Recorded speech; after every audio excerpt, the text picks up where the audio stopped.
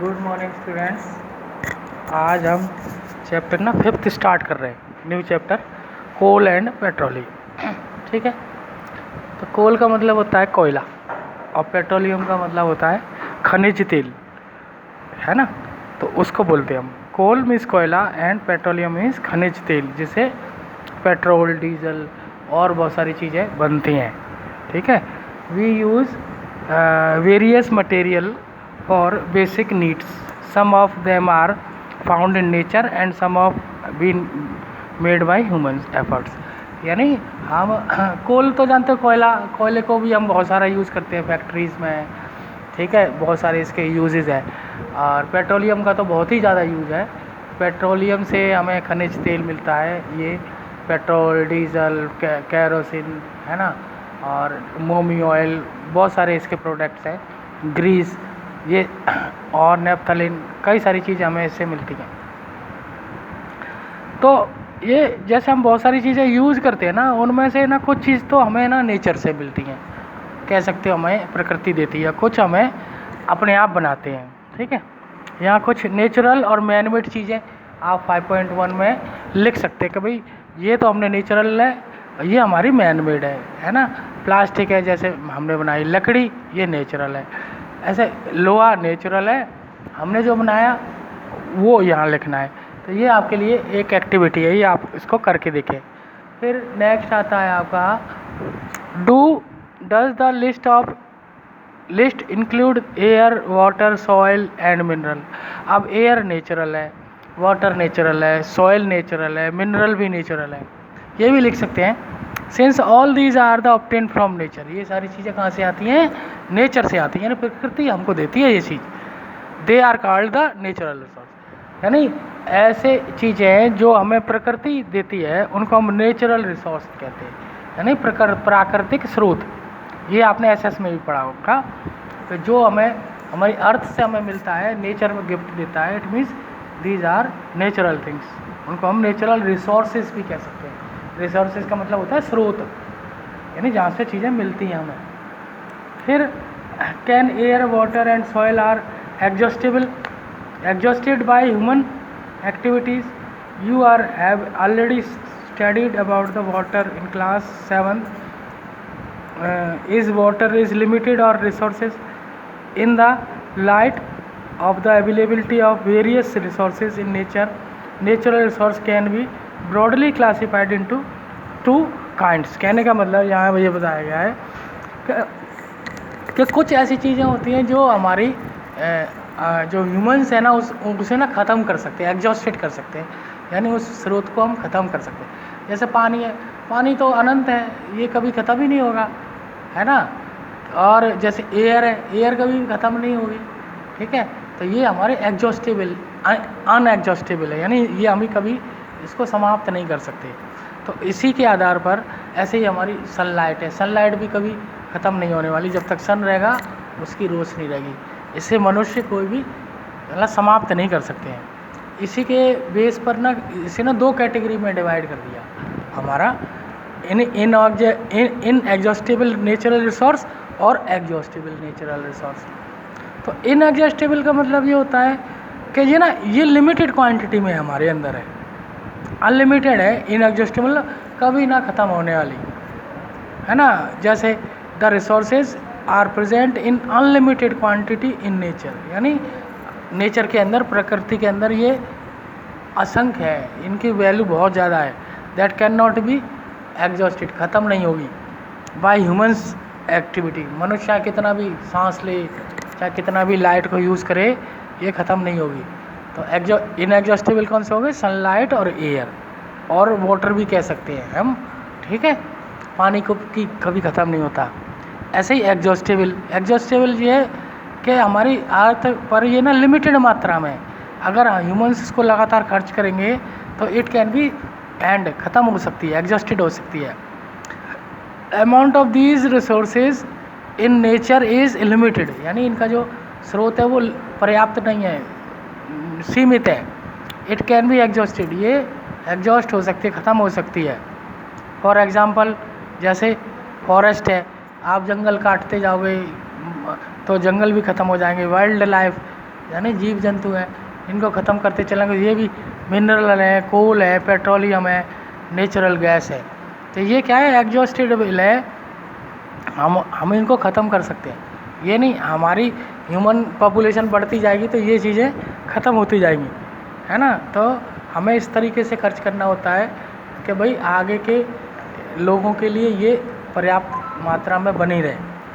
फिर यहाँ एक्टिविटी 5.2 में बताया कुछ, take some container fill with क्या, popcorn, peanuts, roasted grams, toffees, ये कुछ चीज़ें हैं। पॉपकॉर्न्स ले लिए, पीनट्स खाने वाले, है ना, ग्राम्स, ये सब। डिवाइड स्टूडेंट्स अमॉन्ग ग्रुप्स में 7 बच्चों के ग्रुप में इसको डिवाइड कर दिया। फिर फर्दर डिवाइड इनटू 3 ग्रुप, फिर उनको पहले 7 के में, फिर 3 के में, containing age group, containing 1 to 4 students, level them the first, second and the third generation, यानी 1 जनरेशन, 2 जनरेशन और 3 जनरेशन का उनको नाम दे दिया।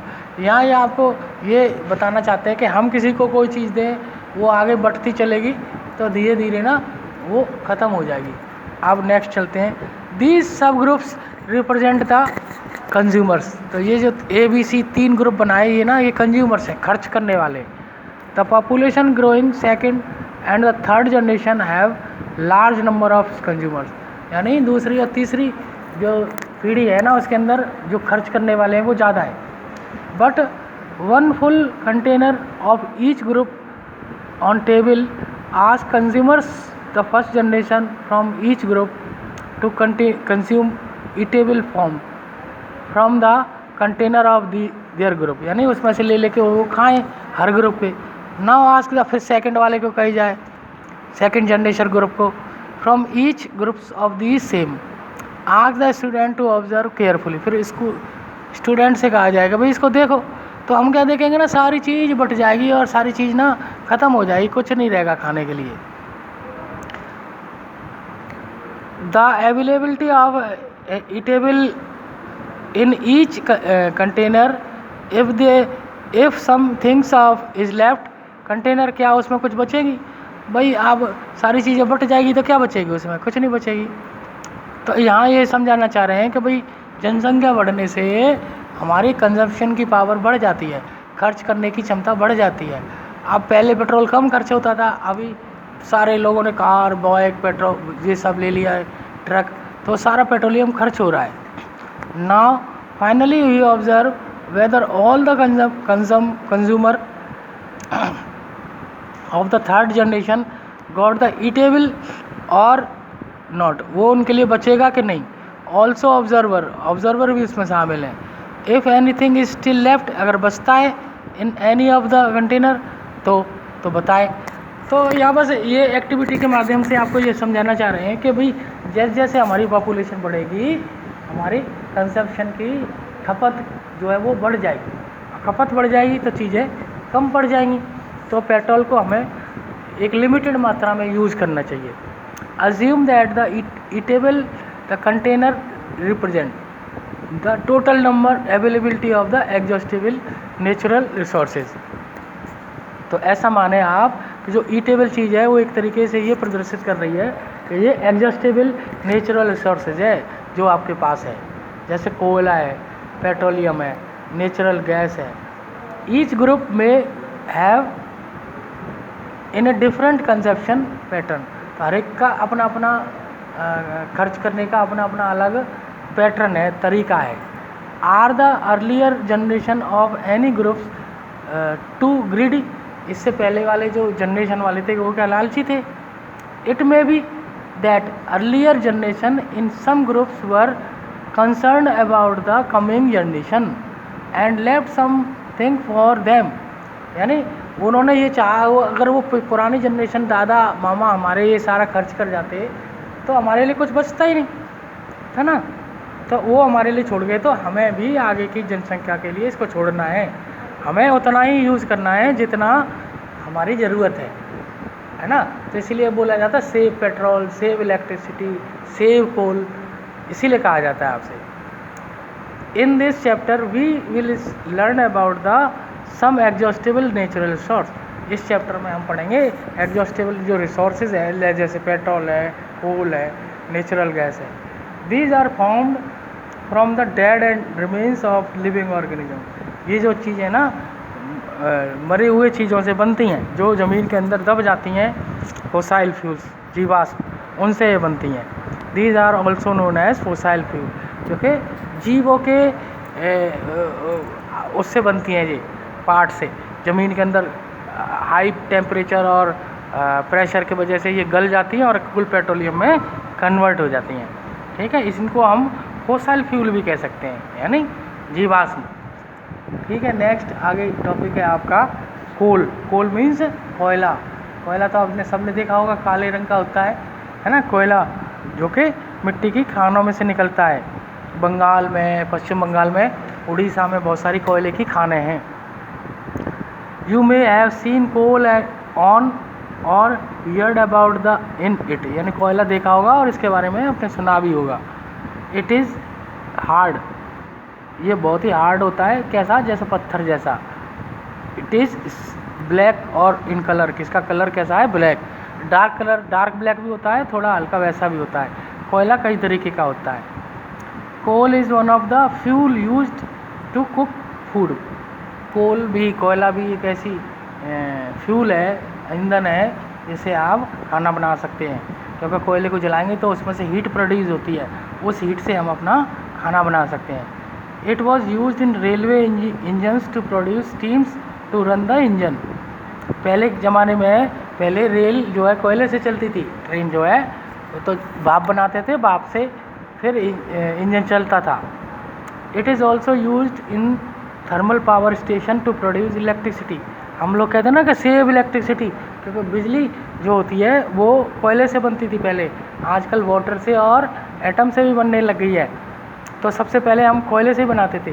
कोल is used as a fuel in various industry, कई सारी इंडस्ट्रीज़ में, जैसे iron industry, steel industry, metal industry जो होती है ना, वो कोयले से चलती हैं। कोयले से भट्टियाँ जलाते हैं, फिर उससे उसको पिघला के नए आर्टिकल बनाते हैं।